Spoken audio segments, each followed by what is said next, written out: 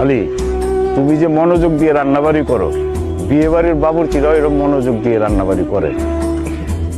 আপনি জানেন আমি এত মনোযোগ দিয়ে ওগুলোকে কেলিগা রান্না করি? আমগো এই জেলখানার মধ্যে 15-20 জন আছে যারা কোনো অপরাধ না কইরাও সাজা ভোগ করতেছে। এই নিরপরাধ মানুষগুলার লিগা আমি এত মনোযোগ দিয়ে রান্না বান্না করি। ভগবান না এত কষ্ট, ছেলে 3 বেলা খাউন ছাড়া তো ওরা কিছু খাইতেও পারে না। মারে দেখতে মন ছেলে দেখতে পারে না, বাপ মা ভাই বোন পোলাপান কেউ দেখতে পারে না। কেউ না, কেউ কেউ প্রথম প্রথম আয় যে জেলে যাই আমার ভাইটারে আমার বাপটারে দেখাই, কিন্তু কয়দিন গেলে মানুষ ভুইলা যায়। মানুষ মইরা গেলে যেমন ভুইলা যায়, জেলে এলেও না পরিবারের লোকজনগুলি মানুষকে ভুইলা যায়, আর দেখতে হয় না। আর অনেক সময় নিজের কাছের মানুষগুলো কি মনে করে অপরাধ করছে তো এর লেগে সাজা হয়ে গেছে, ওরা দেখতেছে মুখে, এর লেগে দেখতে পায় না। একদম ঠিক কথাটা কইছিস। কিন্তু আলী, তোমার বউ কি ওই ভুলে যাওয়া লোকগুলোর বলে নাকি? এই কথা কইলা তো মতিন ভাই? 3 বছর ধরে তুমি এই জেলখানায় আছো, একদিনও তো তোমার বউ তোমারে দেখতে আইলো না। আমি আমার বউরে এই জেলখানাইতে না করছি। এই কি কস? নিজের বউরে নিজে কি গাইতে মানা করে কেউ? তালেব ভাই, আমি আমার টুনি পাখির অনেক ভালোবাসি তো এর লেগে আমি ওরে কইছি ওর নিষ্পাপ মুখটা যেন বেশি মানুষের সামনে না আনে।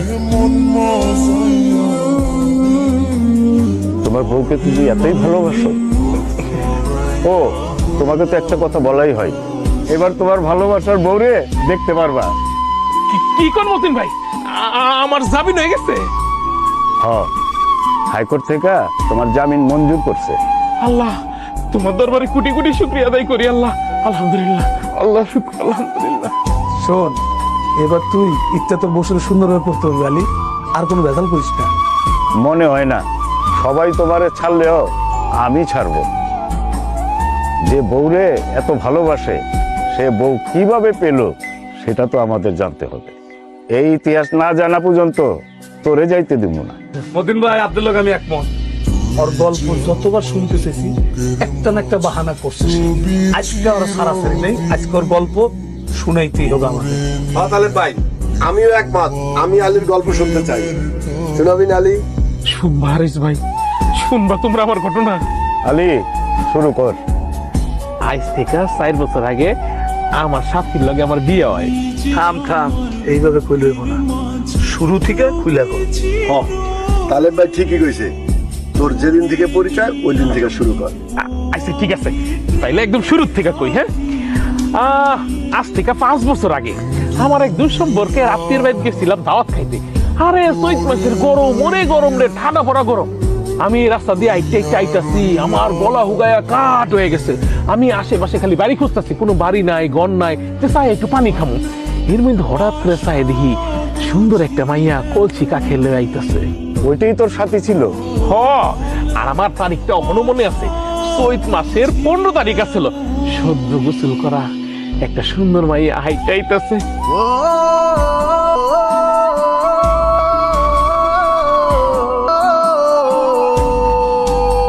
মানুষটা অন্ধ নাকি? অন্ধ না তো, আর একটু তাকায় থাকলে অন্ধ হয়ে যাইতাম।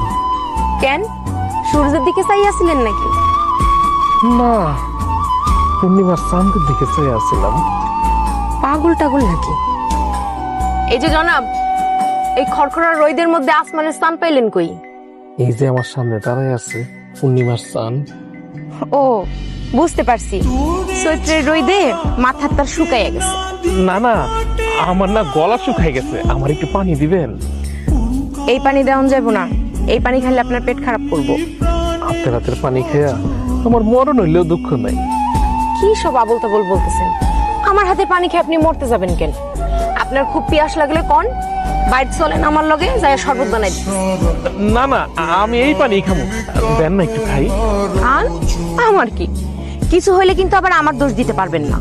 তোমার কোনো দোষ হইতে দিলে তো আমি সব দোষ আমার। আসলেই মনে হয় মাথার তারটা শুকাই গেছে।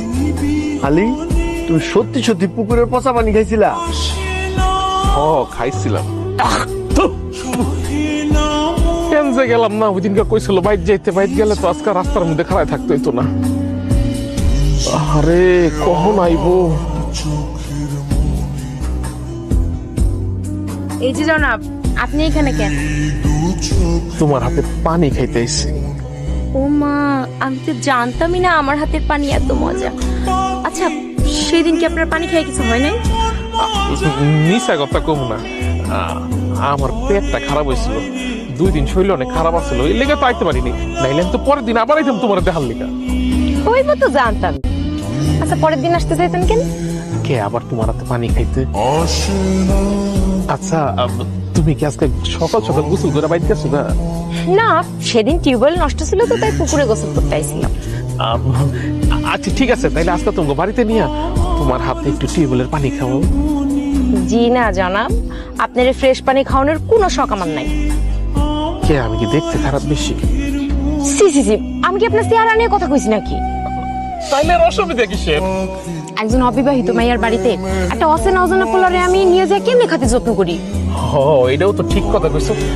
তো তোমার বাড়ি কই? মানে তোমার বাবার নাম কি, তোমার নাম কি? থামেন থামেন, একসাথে এতগুলো প্রশ্ন করলে কোনটা থেকে কোনটার উত্তর দিব আমি? তোমার আব্বা আমার ঠিকানা দাও, আমি একটু হ্যাঁ কথা কম। কিসের জন্য কইবেন? আহারে, তোমার আর আমার বিয়ের ব্যাপারে। ওরে আমি, এই লোক কি কয়? জানা নাই শোনা নাই আমারে করবো বিয়া? আচ্ছা, আপনার কি সত্যি সত্যি মাথা 2-1টা তার তো ছেঁড়া আছে নাকি? আসলে তোমার দেখার পরে আমার মাথা সব তার ছিঁড়ে গেছে। একটা কথা কত, তুমি এত সুন্দর কে? আমি কেমনে কমবো? আল্লাহ আমারে যেমন বানাইছি তেমনই হইছি। আমার মনে হয় কি, আল্লাহ এই মানুষটারে আমার লেগে এত সুন্দর করে বানাইছে।